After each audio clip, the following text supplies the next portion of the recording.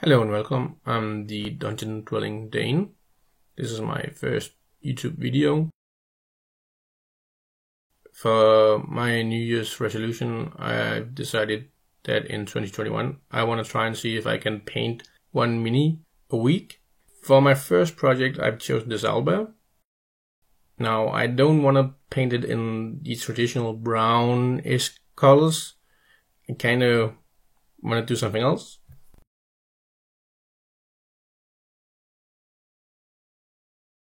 I'm starting with giving it a matte black primer, and that works quite well. Somebody else showed me a picture of something called a spectral bear, I think it's called. It has like this black fur but with a blue tint, and I really like that. I kind of want to make something similar to that. So I want to have this like black owlbear, but with some blue colors, and I'm thinking maybe some metal colors for the beak and for the claws. I'm not sure what I'm going to do with the brows at the moment, but maybe some gray, silverish colors for the beak and for the claws. But for now, let's take a look at the blue colors. I think that it has to be kind of subtle in a way, because that's what the spectral bear has. It's not like a dominant color, just like it has this hint of blue. And that's kind of what I liked when I saw the picture. So yeah, let's try and see if we can do something like that.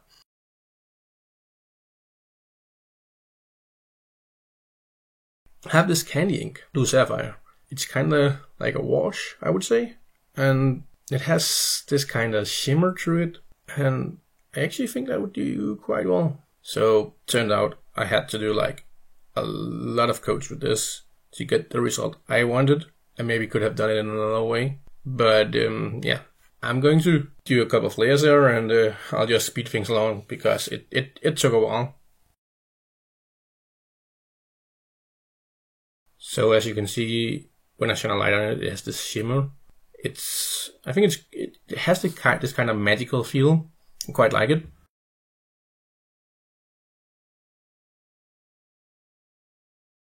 So, kind of want to let the fur and the feathers be for now. It looks nice. It's kind of hard to see in the camera, but I think the beak might look good in a steampunk cover. I'm going to try it. Let's see what happens.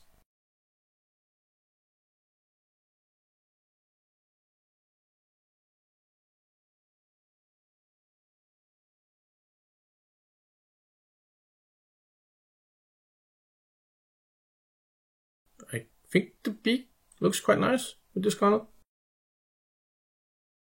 It goes very well with this sort of black-blue color of the rest of the owlbear. And I'm thinking maybe we should try and do the same for the claws.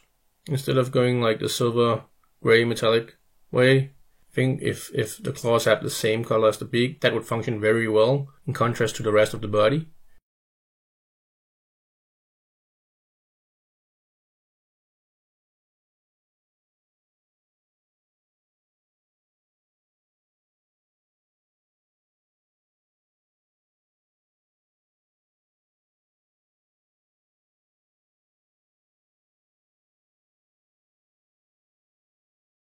So with the beak and the claws done, I took out this color shifting red goblin color I have from Greenstuff World. I haven't used it before, but I've seen it used.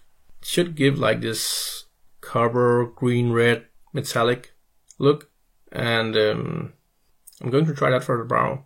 So yeah, I actually think this looks quite good. I like how it shifts, but I kind of think the face needs something subtle, but something that would like make the face pop a little from the rest of it. And I'm kind of thinking like doing something with a tint of blue, but in a subtle way. Like the Blue Sapphire has this purple-esque hue to it, and well, if I could do something for the face that kind of mimics that, but in a different way, I think that would work very well.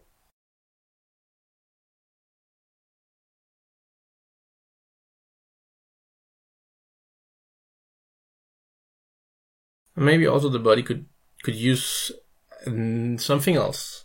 I'm kind of thinking like doing top of the head a little more blue. So maybe let that continue down the back.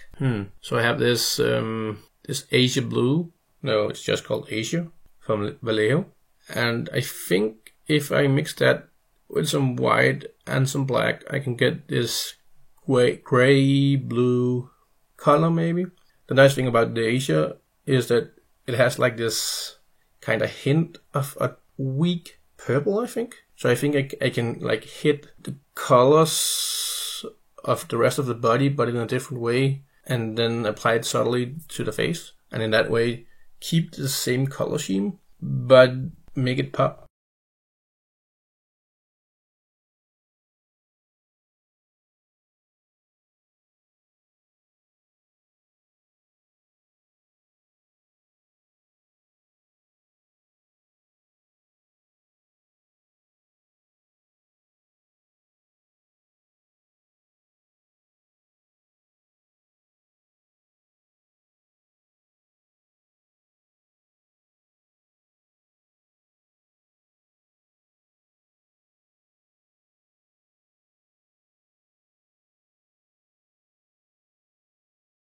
So after painting the face, I kind of felt like the belly area kind of needed something more. So I extended the facial color down the belly, and I really like the result. I think it kind of blends very well with the rest of the colors.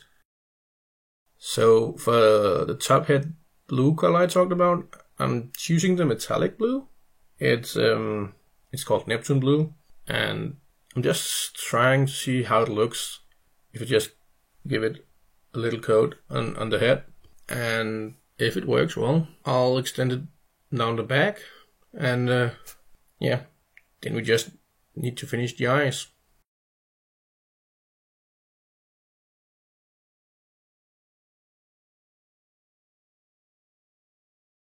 So, now for the eyes. I sort of thought for a moment, what if I just keep the eyes black? But then again, kind of think the black kind of doesn't really match what I have in mind. So maybe something silver, but some dark hints. The Vallejo silver is quite bright sometimes, or at least when I've used it on miniatures primed with a gray, but combining it with the Quicksilver and the Anthrax metal usually gives it a really nice, still silver but kind of darker color. But I think I'll start with just giving it like a coat of silver on both eyes and see how that works. So I'm very much contemplating if the silver is enough. I kind of think it is. Kind of like it. I think I'll let it be like it is, because, well, it works. So yeah, one thing from this miniature I really like is the Red Goblin. It's just amazing. The way the color shifts depending on the angle and the light. I really like it. I have a bunch of these colors, and I'm definitely going to try and use them more, and maybe do a whole miniature only with the color shifting colors. And the Red Goblin just functions very well with the Carver beak, and still have this like uniqueness because of the green in it. And it goes just very well with like the rest of the look, I think. So yeah, there you have it. Let's just take some pictures so you can see this miniature up close.